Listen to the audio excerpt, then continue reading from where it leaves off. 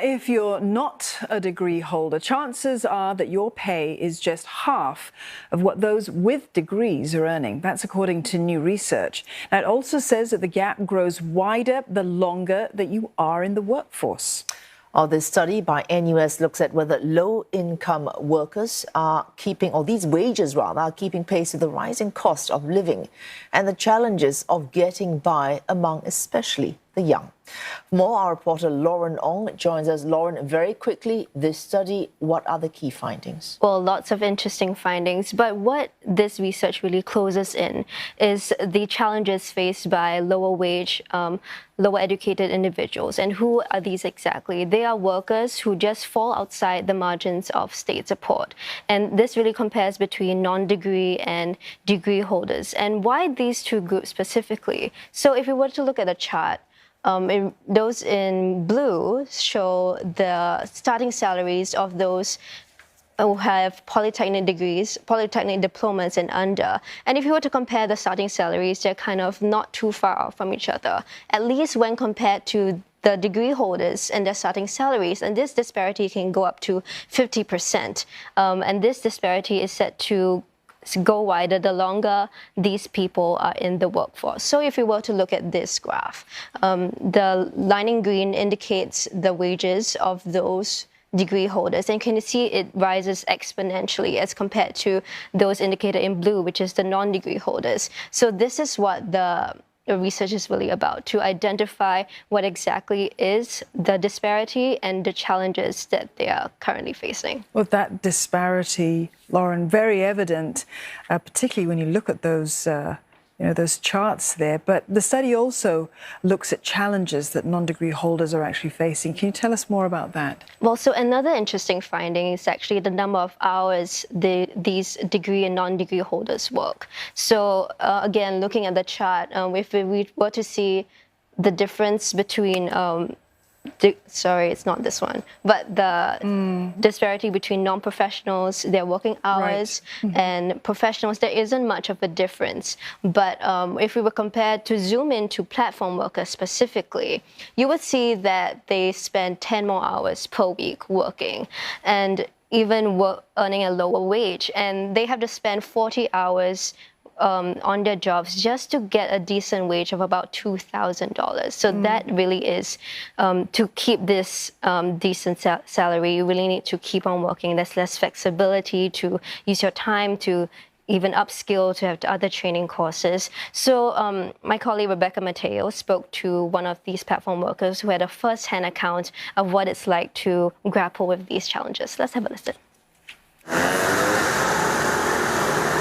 Zipping from one place to another, just another day at work for a delivery rider.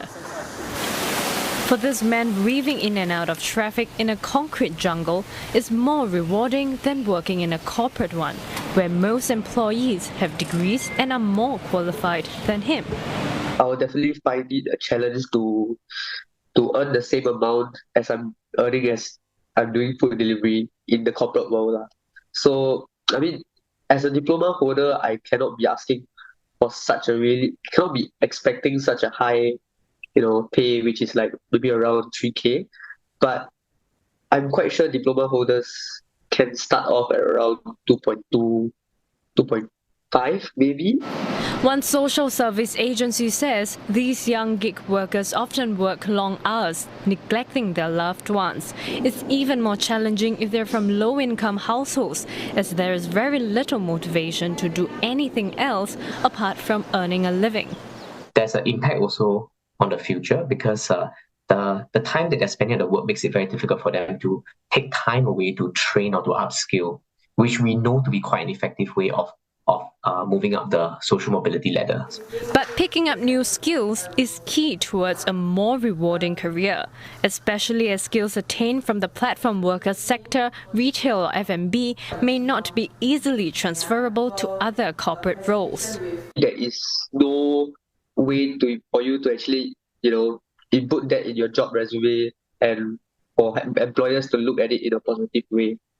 So that's the only reason why I feel like, definitely food delivery has zero career progression. So that's why I feel like I want to get out of it as soon as possible. and start, like a business. It could be one that they are a bit embarrassed or ashamed to put it on their resume. But I think it's also that even if they were to, it wouldn't reflect well in the eyes of a prospective employer. Yeah, so it wouldn't do them much to put it on their resume. And also that means they're spending a lot of time and a lot of experience in work that they can't take the skills from to apply elsewhere. To help young workers and vulnerable families, Touch says training should be made easier to lower the barrier for workers to get on board. So I think what might help is firstly having a better understanding of the specific issues that our clients are facing and what's actually holding them back would help us to design more appropriate solutions.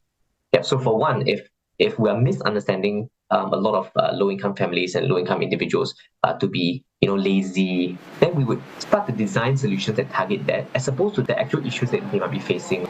Helping young low-wage workers with lower qualifications towards greener pastures will take some time. Finding the right balance between their career plans and personal life will be a start.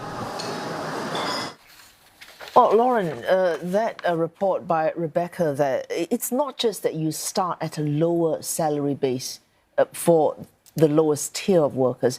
It's also that after that, it's very hard to move on, to get the skills that are actually applicable. So why, if you could just outline for us, what keeps them stuck in that position? Yeah, so one main way they remain stuck is really there's a mismatch between how these non-degree holders, they search their jobs and also the resources out there for them to use. And before we get into that, the general population, most of us, we find our jobs online through social networking sites like LinkedIn.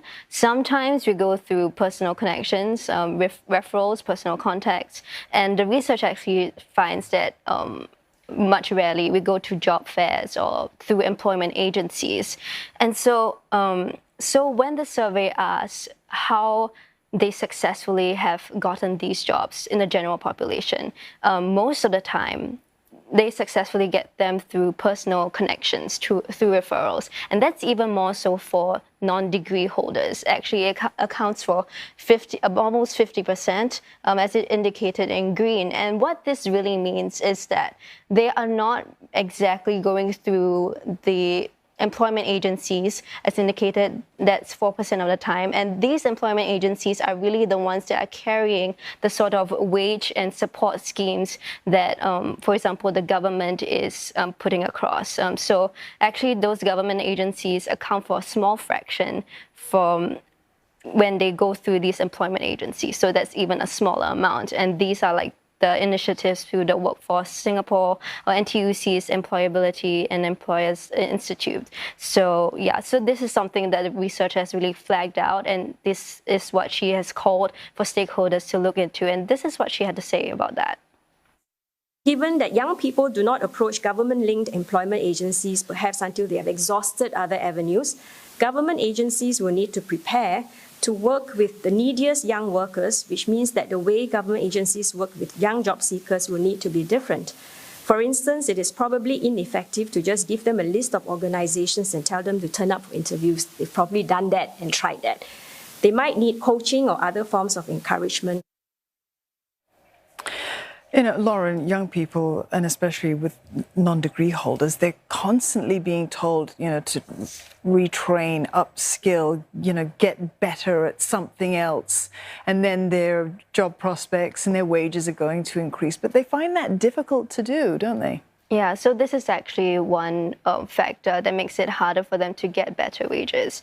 And if you were to recall, we talked about long hours, especially for platform workers.